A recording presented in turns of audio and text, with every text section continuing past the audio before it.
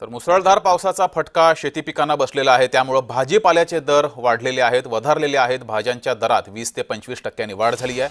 मुसळधार पावसाचा थेट परिणाम हा भाजीपाला दरावर झालाय। राज्यभरात सुरू असलेल्या मुसळधार पावसामुळे मुंबईतील एपीएमसी भाजीपाला बाजारात भाज्यांचे दर हे 20 ते 25% वाढलेत।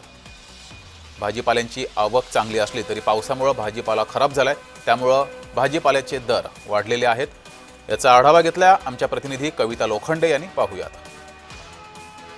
बदलत्या वातावरणाचा फटका शेतकरी त्याचबरोबर ग्राहक व्यापारी वर्ग आहे यांना बसलेला पाहायला भेटतोय। मी सध्या नवी मुंबईतील मुंबई कृषी उत्पन्न बाजार समितीमध्ये आहे। या ठिकाणी भाज्यांचे दर जे आहेत ते वाढलेले आपल्याला पाहायला भेटतात। 50 रुपयाच्या पुढे जे आहेत त्या भाज्यांचे दर आपल्याला प्रति किलो जे आहे ते पाहायला भेटतात। वटाणा 130 म्हणजे सर्वात जास्त, त्याचबरोबर टोमॅटो असतील, हिरव्या पालेभाज्या असतील, त्यांची आवक जी आहे ती या ठिकाणी आपल्याला कमी झालेली पाहायला भेटते।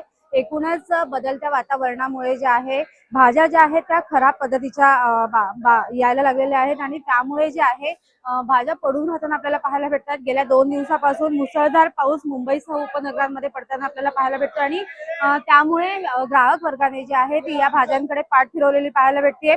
पावसामुळे जे आहे पालेभाज्या खराब पद्धतीच्या येत आहेत, त्यामुळे पालेभाज्यांची आवक मात्र कमी झालेली आहे आणि एकूणच या वाढलेले जे दर आहेत याचा फटका जो आहे तो शेतकऱ्यांना बसताना पाहायला भेटतो आणि एकूणच ग्राहकांनी देखील या ठिकाणी पाठ फिरवलेली आपल्याला पाहायला भेटते। कविता लोखंडे, जय महाराष्ट्र, नवी मुंबई।